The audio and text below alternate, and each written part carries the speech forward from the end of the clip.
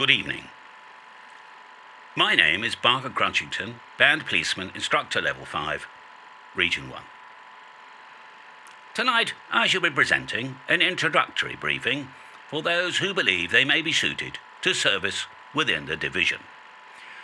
Some of our earlier officers served only using a damp notebook, a Bakelite headset, unwavering sense of moral superiority. Technology has improved, but the moral superiority remains unchanged. The band police operate with full delegated authority granted originally by the General Post Office under the Wireless Telegraphy Adjustment Order of 1951. That subsequently reaffirms an internal memorandum from the Home Office Secretary empowering us to supervise conduct, phonetics, antenna compliance and frequency discipline across all high-frequency allocations within Region 1. Although the GPO assumes civilian administrative duties, our operation remit remains unchanged. We uphold the legacy quorum and the standards established in the early post-war era. Our administrative structure is intentionally opaque. Promotions often occur without warning, justification, or ceremony, and may be revoked just as suddenly. And this maintains discipline. Prospective recruits should familiarise themselves with our principal duty: phonetic integrity. We maintain the classic Abel Baker phonetic spelling alphabet. Modern NATO spelling acceptable, but inferior. Candidates must demonstrate readiness to correct improper phonetics at any time. The division recognises only one broadly suitable antenna, the 102-foot doublet with balanced feeder and a correctly constructed matching network. A willingness to intervene when non-compliant antennas are discussed is essential. Split management authority. During DX operations, inappropriate calling practices create disorder. Qualified officers must announce up 5 where required. This protects the DX ecosystem. Short transmissions undermine proper assessment of QSB and QRF. Recruits are expected to encourage operators to provide overs of no less than 30 seconds. Efficiency is discouraged. Strong signals may cause broad interference, even when they do not.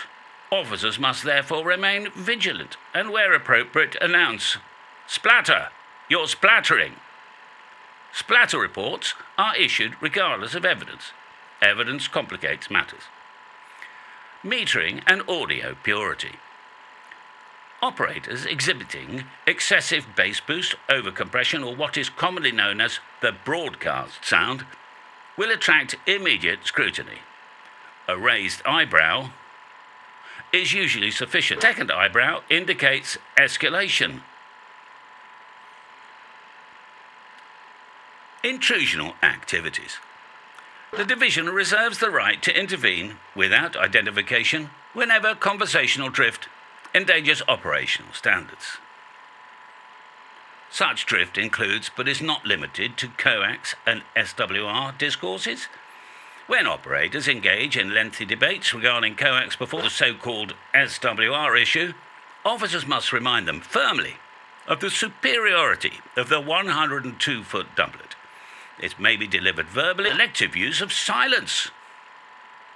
Should any operator adopt a citizens band manner of speech, including but not limited to good but 10-4, or extending microphone whoop, an intervention is mandatory. A written letter may also be issued. This letter need not be posted. The act of writing it is indeed corrective in itself. In moments of excessive mirth or general amusement, a 30-second 1 kilowatt carrier may be transmitted across the frequency. This restores discipline. In the DX segment of the 80-metre band, no operator shall call CQ without first specifying that they say DX only. Failure to do so requires immediate and unwavering correction. Use of non-Abel Baker spelling shall be challenged. NATO phonetics may be tolerated at the officer's discretion, but should never be encouraged. This maintains linguistic hygiene. Interventions are delivered between overs, and call signs are withheld when policing, and dress code is maintained, particularly after 2300 hours on top band. Smiling is discouraged. Eye contact, however, is permissible, provided it does not exceed 3 seconds. The spoken form of CW laughter, hi hi, is encouraged, and formal appearance reassures the community. Training consists primarily of observation of others, observation of oneself, observation of whether the frequency sounds like it ought to belong to someone else. It usually does. The division recognises 3 primary classes of intervention.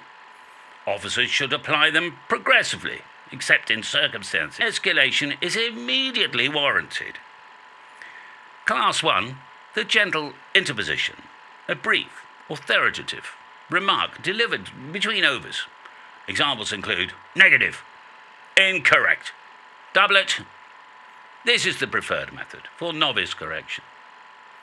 Class 2 is the formal declaration, a more pronounced interruption typically involving a slow inhale, a measured sigh, or the phrase, operator, that is not standard procedure. This declaration should be made without call sign and without an apology. And Class 3, the administrative presence. This involves assuming temporary custodianship of the frequency. It may include sustained carrier, deliberate silence, or the subtle modulation of tone to remind all present that order has been restored.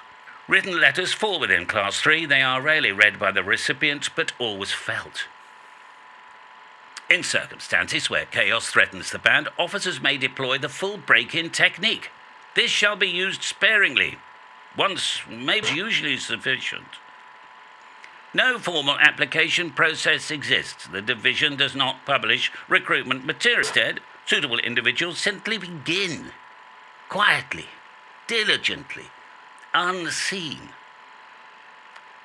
And if your conduct is measured, your judgment sound, and your dedication, we will find you.